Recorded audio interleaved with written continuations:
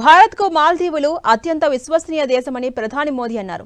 పొరుగుకే తొలి ప్రాధాన్యం కింద ఆ దేశానికి ప్రముఖ స్థానం ఉందన్న ఆయన లైన్ ఆఫ్ క్రెడిట్ కింద 4850 కోట్ల ఆర్థిక సాయాన్ని కంటిన్యూ చేస్తామని తెలిపారు.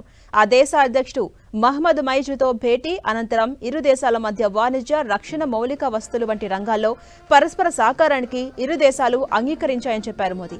భారత్ మాల్దీవుల మధ్య స్వేచ్ఛ వాణిజ్య ఒప్పందానికి సంబంధించి అంశాలపై కూడా చర్చించినట్టుగా మోదీ పేర్కొన్నారు. ద్వైపాక్షిక పెట్టుబడుల ఒప్పందం ఖరారుకు ఇరు దేశాలు కృషి చేయబోతున్నాయని చెప్పారు. భారత్ అనుసరించే పొరుగుకే తొలి ప్రాధాన్యంతో పాటు మహాసాగర్ విధానాల్లో మాల్దీవులకు ముఖ్యమైన స్థానం ఉందన్నారు మోదీ. రక్షణ సామర్థ్యాలను బలోపేతం చేసుకునేందుకు ద్వీప దేశానికి భారత్ ఎప్పుడూ మద్దతిస్తుందని మోదీ స్పష్టం చేశారు. ఇక 2 రోజుల పర్యటనలో భాగంగా మాల్దీవులకు వెళ్లిన ప్రధాని మోదీకి అక్కడ అధ్యక్షుడు మహ్మద్ మైజు సహా కీలక మంత్రులు ఘన స్వాగతం పలికారు. అనంతరం అక్కడ సైనికుల నుంచి ప్రధాని మోదీ గౌరవ వందనం స్వీకరించారు. అనంతరం ఇరు దేశాల నేతలు భేటీ అయ్యారు. ఈ క్రమంలోనే పలు ద్వైపాక్షిక అంశాలపై కీలక నిర్ణయాలు తీసుకున్నట్టుగా తెలిసింది. ఈ పర్యటనలో భాగంగా రేపు మాల్దీవుల 60వ స్వాతంత్ర దినోత్సవ వేడుకల్లో ప్రధాని మోదీ ముఖ్య అతిథిగా హాజరు కాబోతున్నారు.